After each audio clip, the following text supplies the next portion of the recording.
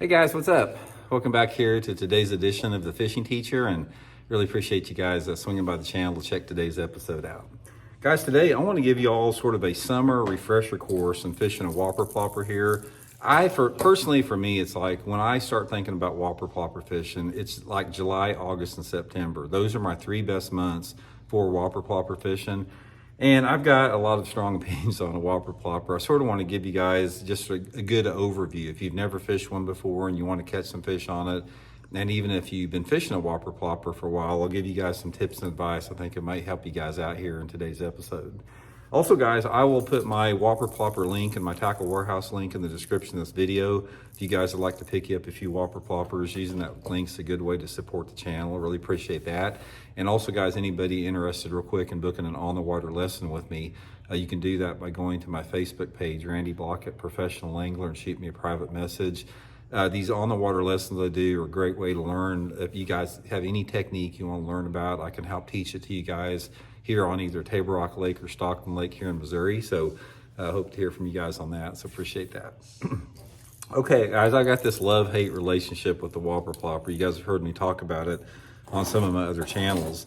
Whopper Plopper was one of those lures, sort of like the Alabama rig when it came out. It was super hot when it first came out. And then it sort of like, it became where it wasn't quite as effective. And now a Whopper Plopper is sort of a highly situational bait for its, top effectiveness. If you're fishing a public body of water, every time I do a video talking about how some lures don't work very good, inevitably I get some guy saying, oh, I just caught 50 today on it. You don't know what you're talking about. Well, come to Missouri, fish one of our heavily fished public bodies of water, and that'll give you a reality check on the state of the Whopper Plopper. But nevertheless, there are windows where a plopper works pretty good. So I want to talk about those windows, and we'll talk about just some basic tips and advice that help you catch more fish on a plopper. First of all, a Whopper Plopper, I consider it a good bait when those fish are really shallow and they're really scattered, especially the bass that are feeding on bluegills during the summertime of the year, or perch. If you guys have ever walked the bank on almost any lake across the country, you can see bluegills and black perch and pumpkin seeds swimming along the bank. And there's a population of bass that feed on these perch all summer long in shallow water. I don't care if the water visibility is 12 inches or 12 feet. Those perch stay shallow. They like to hang out in the shade and around some type of cover, but they're usually in water that's less than 4 foot deep. 3 to 4 feet, 2 to 4 foot is where they usually live at.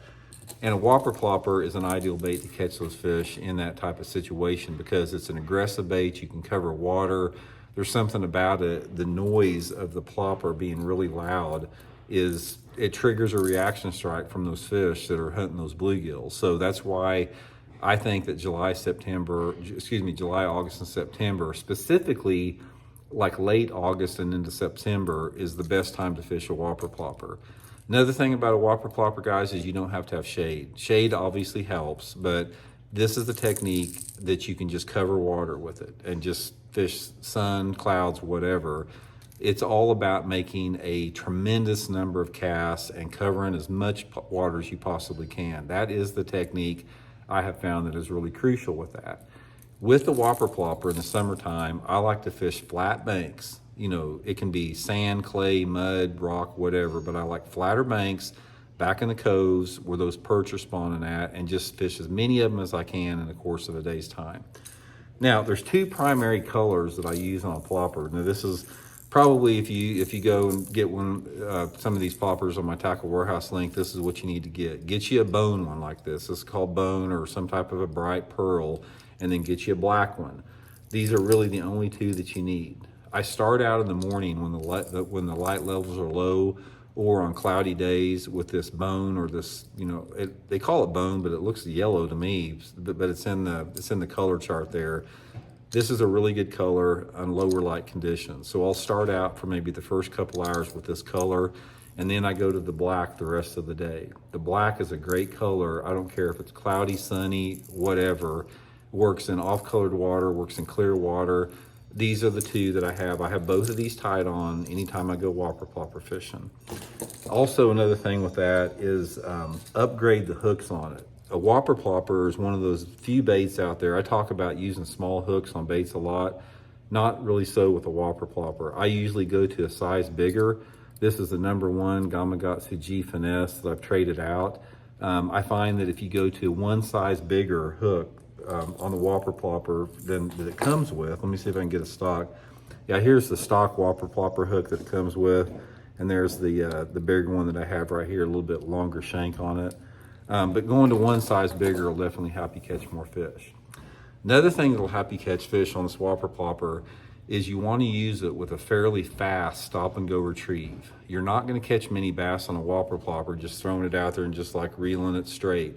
I usually use a fast stop and go retrieve like that, where it's going just like that. Just fast stop and go, getting that thing going erratically across the water. That draws reaction strikes in that shallow water. You're gonna, if you throw a Whopper Plopper at a medium, slow, steady pace, versus the way that I just talked to you about it, you'll catch a fraction of the bass on a medium slow versus that fast stop and go. Also with that is the equipment that you throw it on is a big aspect too. I throw my Whopper Ploppers 100% of the time on a flipping stick. The Megabass Alkalies flipping stick, I use 20-pound test Seagarn Vizex fluorocarbon line with it. And that combination of that long, powerful rod allows me to make long casts. It allows me to control the bait better hook sets. I can pitch and flip it around tighter areas. Try using that flipping stick with the Whopper Plopper. It's the best rod to use with it. And when you use a flipping stick and fluorocarbon line, you don't have to use braided line, which I don't like using braided line on any topwater hardly at all. And also, guys, one final thing, I do use the big one here. The Whopper Plopper comes in some different sizes like this little guy, but I've never done that good on the small ones. I go for the 130 size here, it works better. But just a few tips, hope it helps you guys catch a few, and we'll check in later.